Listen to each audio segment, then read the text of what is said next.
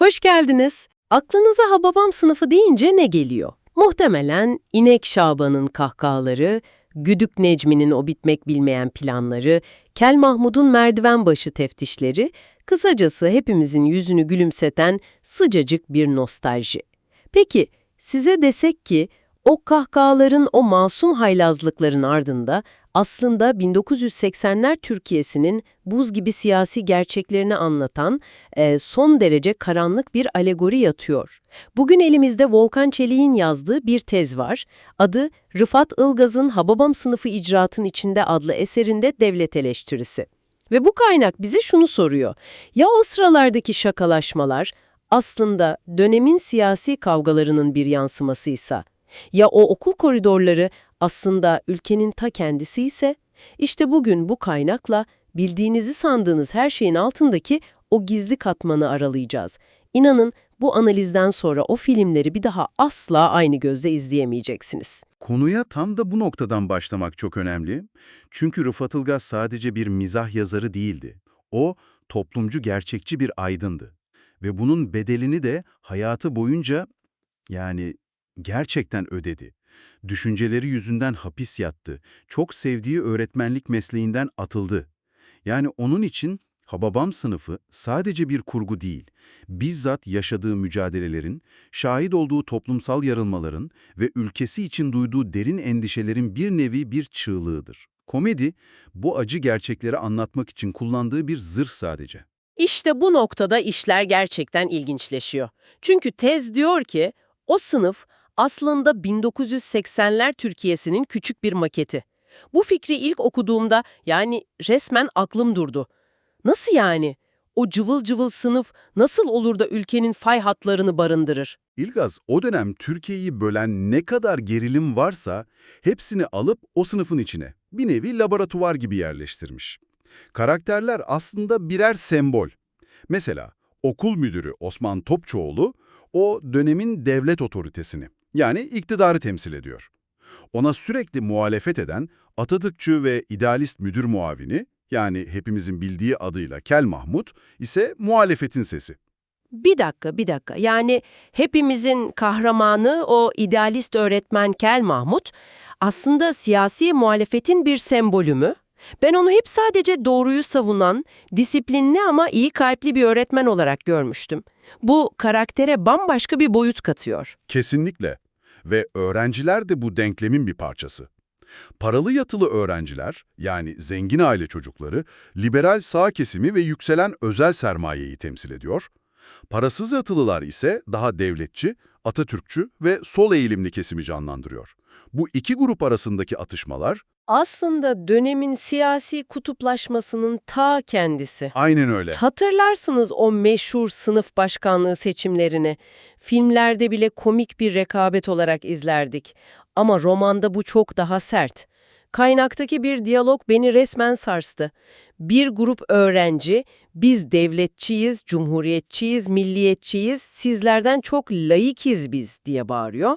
Karşı grupsa bizi sömürmeyin de halkçı da olun, demokrasiden yana da diye cevap veriyor. Bu bir okul diyaloğu değil, bu resmen bir meclis tartışması gibi. Tam olarak öyle. Ilgaz, özellikle 1980 darbesi sonrası devletin izlediği politikaları eleştiriyor. Biliyorsunuz 80 darbesiyle birlikte siyasi tansiyon çok yükselmişti. Bu tezin yorumuna göre devlet o dönemde sol hareketleri büyük bir tehdit olarak görüp baskılarken bir denge unsuru olarak muhafazakar ve sermayeye dayalı gruplara daha fazla alan açtı. İşte Ilgaz bu değişimin toplumu nasıl böldüğünü o sınıf üzerinden anlatıyor. Mesela okula özel sektör tarafından bir kantin açılması gibi basit bir olay bile devletçi ekonomiden uzaklaşılıp özel sermayenin önünün nasıl açıldığının bir simgesi haline geliyor. O holding fırlamaları lafı da buradan geliyor o zaman. Parasız yatılılar zengin arkadaşlarına böyle sesleniyor eserde. Bu sadece bir şakalaşma değil, sınıfsal bir öfkenin dışa vurumu. Aynen öyle. O ifade yükselen yeni zengin sınıfına, onların Amerikanvari yaşam tarzlarına ve ülkenin ekonomik değerlerinden koptuklarına yönelik çok keskin bir eleştiri içeriyor. Yani o sınıf Türkiye'nin ta kendisi. Bölünmüş, gergin ve farklı ideolojilerin sürekli çatıştığı bir arena. Sınıf içindeki bu siyasi bölünme inanılmaz. Ama Ilgaz için bir konu var ki bu sadece bir gözlem değil, bizzat kendi hayatının, kendi yarasının bir parçası. Eğitim sistemi. Sonuçta kendisi de sistemin dışına itilmiş bir öğretmendi, değil mi? Hem de nasıl? Rıfat Ilgaz'ın hayatı bu eleştirinin canlı kanıtı gibi. Kastamonu Muallim Mektebi'nden mezun oluyor, Anadolu'da öğretmenlik yapıyor ama bir yandan da yazıyor, eleştiriyor. Sonra verem hastalığı, ardından yazdığı Sınıf isimli şiir kitabı yüzünden hapis yatması ve en sonunda da öğretmenlikten tamamen atılması. O, devletin eğitim sisteminde istenmeyen adamdı. İşte eserdeki idealist, ödün vermez, Atatürkçü öğretmen Kel Mahmut, aslında Ilgaz'ın olmak istediği, savunduğu ama sistemin izin vermediği öğretmen tipidir. Kendi hayalinin bir yansıması yani. Tam olarak. Peki, Mahmut Hoca karakteri üzerinden tam olarak neyi eleştiriyor? Sadece öğretmenlerin çektiği geçim sıkıntısını mı? Geçim sıkıntısı işin sadece bir boyutu. Eserde devlet okulu öğretmenlerinin ne kadar zor durumda olduğu, hükümetin boş vaatlerle onları nasıl oyaladığı çok net anlatılıyor. Kaynaktaki bir diyalogta şöyle bir ironi var. Bu yıl başından sonra en az aylık alan öğretmen 80 binden aşağı para almayacakmış, vergi iadesiyle 100 bin. Bu dönemin ekonomik zorlukları ve öğretmenlerin nasıl avutulmaya çalışıldığına dair acı bir güldürü. Ama asıl eleştiri çok daha derin. Nedir o derin eleştiri? Devletin eğitim sistemini bilinçli olarak zayıflattığı iddiası. Bu durum özel okulların ve dershanelerin önünü açıyor. Düşünün, eserde bir karakter, Kel Mahmut gibi efsane bir öğretmen için ben Kel Mahmut'un yerinde olsam yine açılan özel liselerden birine geçerdim diyor. Bu, sistemin en iyi öğretmenlerini bile nasıl çaresiz bıraktığını ve özel sektöre ittiğini gösteriyor. Bu inanılmaz derecede güncel bir tartışma aslında. Kamu eğitimi mi, özel eğitim mi? Demek ki İlgaz bu sorunu yıllar öncesinden görmüş. Tam olarak görmüş. Teze göre İlgaz'ın asıl tezi şu, devlet kaliteli öğretmenleri özel sektöre kaptırarak ve kendi okullarını kaynaklardan mahrum bırakarak aslında yoksul kesimin iyi eğitim almasını engelliyor. Ama daha da tehlikeli olan bir şey var. O da sistemin kendisi gibi düşünmeyen idealist öğretmenleri tasfiye etmesi. Eserde Mahmut Hoca'nın meslekten uzaklaştırılması anlatılırken sebep olarak tek bir şey söyleniyor. Kendileri gibi düşünmemek. Yani bir nevi sesini çıkarma, müfredatı anlat git diyor sistem. Bu çok çarpıcı bir eleştiri. İtaatkar bir nesil yetiştirme çabası. Aynen öyle. Bu, devletin karşıt fikirlere tahammülsüzlüğünün ve eğitimin nasıl kendi ideolojisi doğrultusunda şekillendirme arzusunun bir eleştirisi. İlgaz için eğitim, aydınlanmanın kalesidir ve o kalenin içeriden çürütüldüğünü düşünüyor. Peki, siyasi bölünmeden ve çöken bir eğitim sisteminden bahsettik. Şimdi Ilgaz'ın mercek altına aldığı, belki de Türkiye toplumunun en hassas sinir ucuna geliyoruz. Devlet ve inanç ilişkisi. Kaynakları okuduğumda Ilgaz'ın bu konuda derin bir endişe taşıdığını hissettim. Korkusu neydi tam olarak? En büyük korkusu, laikliğin erozyona uğraması. Ilgaz, özellikle 1980 sonrası dönemde cemaatlerin ve dini grupların devlet içinde giderek güçlenmesini, dinin siyasi bir araç olarak kullanılmasını ülkenin geleceği için en büyük tehlikelerden biri olarak görüyordu. Ve bu endişesini de yine o okulun duvarları arasına, Hababam sınıfının içine taşıyor. Bu çok büyük bir iddia. Peki bunu nasıl yapıyor? Yani bir okul komedisinin içine bu kadar hassas bir konuyu nasıl yerleştiriyor? Somut örnekler var mı kaynakta? Hem de çok güçlü sembollerle. Tezin altını çizdiği en çarpıcı örneklerden biri, okulun tiyatro sahnesinin mescide çevrilmesi. Tiyatro sahnesi mescit mi oluyor? Evet, düşünün, sanatın, kültürün, ifadenin merkezi olan bir sahne sökülüp yerine bir ibadethane yapılıyor.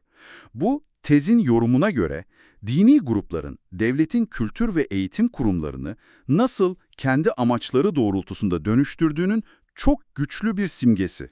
Bu gerçekten de çok katmanlı bir sembolizm. Sadece bir oda değişikliği değil, bir zihniyet değişikliğini ima ediyor. Tam olarak öyle. Ama bununla da kalmıyor. Sınıfın içinde Adnan Hocacılar, Süleymancılar gibi farklı dini gruplara mensup öğrencilerin varlığından bahsediliyor. Bu da bize bu yapıların artık toplumun en temel birimi olan okullara, hatta sınıfların içine kadar sızdığı mesajını veriyor. Ilgaz, bu küçük örneklerle büyük bir tehlikeye işaret ediyor aslında. Peki bu tehlikeyi daha ileri taşıdığı bir nokta var mı? Var. Hikayedeki bir tiyatro gösterisi sahnesi bu eleştiriyi zirveye taşıyor. Gösteride şeriat yanlısı oldukları için tutuklanan iki karakterin İranlı olması, o dönemde yaşanan İran-İslam devrimine doğrudan bir gönderme olarak yorumlanıyor. Daha da çarpıcısı, sahnede anayasa kitabının yırtılması. Bu, mevcut laik düzenin topyekun reddedilişini bir simgesi.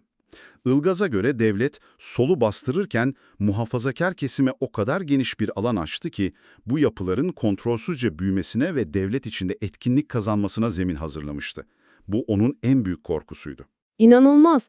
Toplumsal kutuplaşma, çöken bir eğitim sistemi, siyasallaşan din, Ilgaz'ın çizdiği tablo giderek kararıyor. Ve bu karanlık tablonun son ve belki de en can alıcı parçası ekonomi. Ilgaz, ülkenin ekonomik bağımsızlığını kaybetmesinden de ciddi şekilde endişe duyuyordu anladığım kadarıyla. Kesinlikle. Şu unutmamak lazım. Rıfat Ilgaz, Cumhuriyet'in ilk yıllarındaki devletçilik ve milli ekonomi ilkeleriyle yetişmiş bir aydın. Onun için ekonomik bağımsızlık, siyasi bağımsızlıkla eşdeğer. Dolayısıyla 1980'lerle birlikte hızlanan özelleştirmeyi, yabancı sermayenin ülkeye girişini bir tür modern sömürgecilik olarak görüyordu. Türkiye'nin tıpkı Osmanlı'nın son dönemlerindeki gibi Batı için bir açık pazar haline gelmesinden, kendi üretemeyen, sadece tüketen bir topluma dönüşmesinden korkuyordu. Ve eserin finali de tam olarak bu korkuyu bir kabus gibi resmediyor. Okul arazisinin yabancı bir şirkete satılması. Filmlerden çok farklı, çok daha sert bir son bu. Okuduğumda beni en çok şaşırtan kısımdı. Evet, çünkü bu final bütün alegorinin zirve noktası. O okul arazisi aslında Türkiye topraklarını, vatanı temsil ediyor. Ve bu arazinin Japon-Amerikan karışımı ünlü bir firmaya 5 yıldızlı bir otel yapılması için satılması, milli değerlerin, tarihin, kültürün, kısacası ülkeye ait ne varsa her şeyin küresel kapitalizm karşısında nasıl paraya çevrildiğini ve yok edildiğini simgeliyor. Kaynakta bu satış emrini veren gücün devlet üstü bir güç olarak ima edildiği belirtiliyor. Bu ne anlama geliyor? Kulağa biraz komplo teorisi gibi geliyor. Aslında Ilgaz'ın burada eleştirdiği şey günümüzde de çokça tartışılan bir konu. Küresel şirketlerin ulus devletlerden daha güçlü hale gelmesi. O, devlet üstü güç iması, asıl yönetimin artık seçilmiş hükümetler değil, sınır tanımayan devasa şirketler olduğu eleştirisini getiriyor. Ilgaz, dünyanın bu şirketler tarafından yönetildiğini ve ülkelerin ekonomik bağımsızlıklarını bir bir kaybettiğini anlatmaya çalışıyor. Kaynaktaki şu cümle, o dönemin politikalarına yönelik öfkeyi o kadar net özetliyor ki, devlet güçlüydü, iktidardaki parti tam liberaldi, olmazsa anasının ipliğini bile çıkarırdı pazara. Vay canına, bu özelleştirme politikalarına yönelik inanılmaz sert bir eleştiri.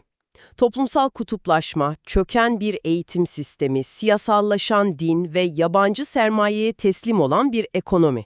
Bu kadar karanlık, bu kadar umutsuz bir tablonun ardından Rıfat Ilgaz hikayeyi nasıl bitiriyor? Herhalde sonra otelin açılışına gittiler demiyordur. İşte en ilginç ve belki de en umut verici kısım burası. Tüm bu sert, acımasız eleştirilere rağmen Ilgaz, finalde bir umut ve birlik mesajı vermeyi unutmuyor. Tam okul yıkılmak üzereyken, dozerler kapıya dayanmışken, bütün Hababam sınıfı bir araya geliyor. Herkes mi? Yani o sürekli kavga eden, birbirine laf atan, holding fırlamalarıyla fakir çocuklar, sağcısıyla solcusu, dindarıyla layığı, hepsi mi? Bu kadar kavgadan sonra bu mümkün mü? Evet, istisnasız hepsi.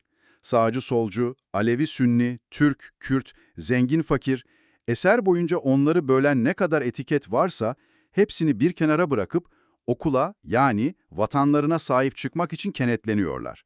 Dozerlerin önüne tek bir vücut olarak dikiliyorlar. Bu Ilgaz'ın okura ve tüm ülkeye son çağrısıdır aslında. Dış tehditler ve ülkeyi bekleyen bu büyük tehlikeler karşısında içerideki anlamsız kavgaları bırakıp birleşmemiz gerektiğini söylüyor.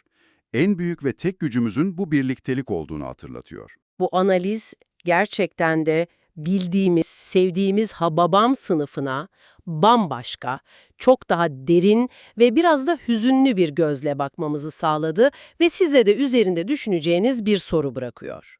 Rıfat Ilgaz, hiç mezun olmayan, sürekli sınıfta kalan bir sınıf yaratarak eleştirdiği tüm bu sorunların, kutuplaşmanın, eğitimsizliğin, ekonomik bağımlılığın aslında Türkiye'nin her nesilde yeniden yüzleştiği, bir türlü dersimizi alıp da mezun olamadığımız döngüsel sorunlar olduğunu mu anlatmak istiyordu?